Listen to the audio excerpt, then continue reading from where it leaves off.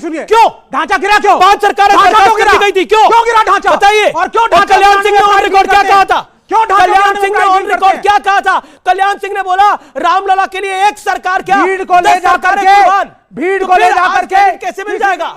जिसको मस्जिद कह रहे थे नमस्कार दोस्तों, स्वागत है आपका फील स्क्रिप्ट न्यूज पर। राम मंदिर को लेकर इस सियासी बहस में अजय आलोक और विपक्ष के प्रवक्ताओं के बीच हुई सियासी भिड़ंत। इस डिबेट में अमीश देवगन ने इस तरह के सवाल पूछे कि बात लोकतंत्र पर आ गई। आगे देखिए इस वीडियो में क्या कुछ होता है। मंदिर जो बनेगा, लेकिन अब तो अरविंद जी भी जाना चाहते हैं, कांग्रेस के नेता भी जाना चाहते हैं, सब जाना चाहते हैं और सब इन्विटेशन भी चाहते हैं। देखिए, हमारी संस्कृति जो प्रधानमंत्री जी ने भी कहा है कि 1000 साल से लोग कोशिश करते आए कि संस्कृति को नष्ट करने की, तो इसका क्या मतलब है? ये हमारे अजय भारत की संस्कृति है जिसमें पूरा हिंदुस्तान शामिल था, जिसको हम अखंड हिंदुस्तान कहते थे, जिसको इन जैसे लोगों ने बांटते करके अब इतना छोटा सा कर दिया है। लेकिन हमारी संस्कृति खत्म नहीं हुई। और ये देखिए कम्युनिस्ट जो खुद खत्म हो रहे हैं, बीच में चिल्लाना शुरू, कम्युनिस्ट बीच में से चालू हो गए। आप क्या कह रहे हैं? इनका अस्तित्व है नहीं। पर ये तो प्रधानमंत्री ने नहीं बोला। आप क्या कह रहे हैं? सरकार की परमिशन के, बिना एडमिनिस्ट्रेशन की परमिशन के अगर एक भीड़ जाती है, चाहे मस्जिद हो या मंदिर, और उसको तोड़ती है, विध्वंस करती है, नारे लगाती है सिर्फ पॉलिटिकल गेन्स के लिए, क्या वो सही है? आपको अगर आपको उस मस्जिद को हटाना था, कोर्ट के थ्रू हटाते। समर्थन कर रहे थे, आप भीड़ लेकर के गए, आप भीड़ लेकर के गए और आपने उस स्ट्रक्चर को तोड़ा, वो गलत था। सेवकों पे गोलियां चलाई, वो ठीक है। And I am saying that it was unconstitutional.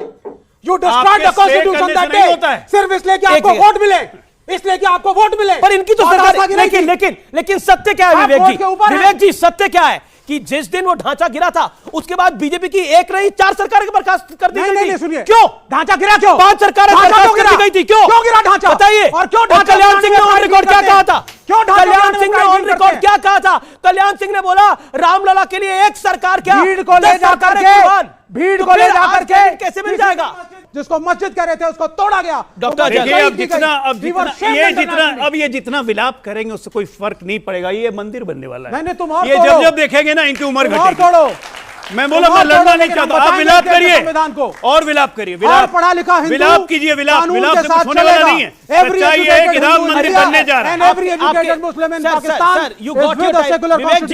My humble submission, you got your time. Let him respond. 40 seconds. आज की तारीख में जो आदमी खुद कहता है कि मैं एथिस्ट हूँ, नास्तिक हूँ, मैं हिंदू धर्म में हूँ, लेकिन हिंदू धर्म मानता ही नहीं, उसे क्या बात करना है भाई?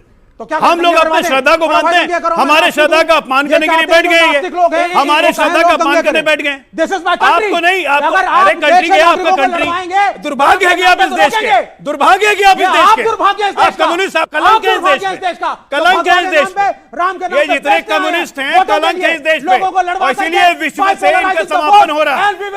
अरे वर्ल्ड में खत्म हो रहे कंट्री अपोज करिएगा, अपोज करने लायक है, हम अपोज करेंगे, अपोज करने लायक है, बिल्कुल आप भी करें।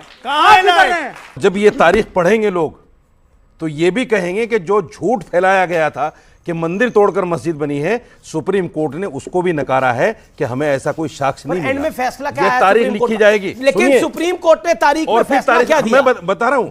और फिर तारीख लिखने वाला ये लिखेगा कि दुर्भाग्य से उस वक्त की सरकार के दबाव में सुप्रीम कोर्ट का एक ऐसा फैसला आया जिसके नतीजे में सुप्रीम कोर्ट सरकार के दबाव में था।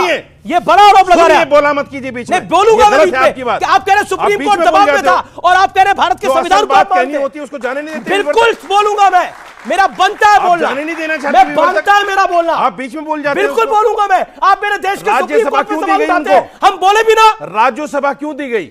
क्यों नहीं दे सकते? क्यों दी गई? क्यों नहीं दे सकते? बताइए आप मुझे। नागरिक नहीं है क्या? उससे पहले राज्यसभा नहीं मिली है लोगों को। उससे पहले सुप्रीम कोर्ट के जज को राज्यसभा मिली, फिर इस्तीफा देके फिर लोकसभा लड़वाया, यहां तक की है। ये हमें ज्ञान दे रहे हैं और कहेंगे संविधान की बात मानते हैं, लेकिन सुप्रीम कोर्ट पे आरोप लगा रहे हैं कि दबाव में फैसला। नहीं, अभी इनको बोलने दीजिए। आपको 30 सेकंड नहीं, आप 30 सेकंड बोलिए। मैं सिर्फ ये कहना चाहता हूं कि हिंदुस्तान सुप्रीम कोर्ट दबाव में था। हिंदुस्तान की जो तारीख है, क्यों कहा आपने? बहुत अच्छी तारीख है, बहुत अच्छी तारीख है हिंदुस्तान की। जिस संस्कृति की बात प्रधानमंत्री जी ने की है ना, वो संस्कृति पता क्या है? वो संस्कृति ये है कि जहां हिंदू, मुसलमान, सिख, ईसाई अपने धर्म पर अमल करते हुए आज़ादी के साथ खुली फिजाओं में जी सकें। ये नफरत का जो बाजार आज गर्म किया गया 2014 के बाद में, ये संस्कृति नहीं है अच्छा, हिंदुस्तान। 2014 के बाद में नफरत का बाजार है। ये हिंदुस्तान की संस्कृति नहीं है। 1947 में जब भारत और पाकिस्तान का बंटवारा हुआ था, तब कौन सा प्यार का बाजार था? किसने किया था? किसने किया था बंटवारा? किसने किया था? बताइए, अंग्रेज ने? किसने मांगा था देश? अंग्रेज ने किया था। किसने मांगा था दूसरा देश? अंग्रेज ने किया था ना। किसने मांगा था? आज आप मांगा किसने था? आज आप अंग्रेज को मांगा अच्छा किसने था? कहते हैं, मांगा किसने था? और जिन्होंने इसको अखंड भारत बनाया उनको गाली देते हैं। मैं आऊंगा आपके पास। उनको गाली दे रहे हैं। इन्होंने कहा हिंदू मुस्लिम सिख ईसाई सब एक साथ मिलकर रहे, ये हमारी देश की संस्कृति है। बहुत अच्छी बात है भाई साहब। ये बात असल में 57 इस्लामिक राष्ट्रों को भी समझा दीजिए कि वहां पे सब धर्म लोग को रहने दें। पाकिस्तान को समझा दीजिए हिंदुओं को मार मार के नहीं भगाएं। बांग्लादेश को समझा दीजिए वहां से हिंदुओं को मार मारने के नहीं भगाएं। झूठ बोल रहे हैं हम झूठ बोल रहे हैं। पाकिस्तान में ये नहीं हो रहा। दुबई ने मंदिर बना के दिया आपको। सही, बिल्कुल सही कह रहे हैं। मंदिर बना के बिल्कुल, दिया यूएई ने आपको। मंदिर बना के इससे दिया। ज्यादा क्या लेंगे? और अब क्या लेंगे आप? एक मुस्लिम देश आपको मंदिर बना के दे रहा है, बहुत अच्छी और बात आप है। उसी तालियां बजाइए भाई, तालियां बजाइए। बजाइए। एक सेकंड, अब आप एक सवाल का कमाल की बात है। अब आप एक सवाल का जवाब दे दीजिए। आप दोनों भाइयों से मेरा निवेदन है, आप दोनों बड़े वरिष्ठ हैं, आपसे निवेदन है। आपने बोला देखिए ये है, बताइए इन 57 इस्लामिक देशों में से लोकतंत्र कहां पर है? जवाब है, जवाब दीजिए आप लोग। इस्लामिक 57 इस्लामिक देशों में से लोकतंत्र कहां पर है?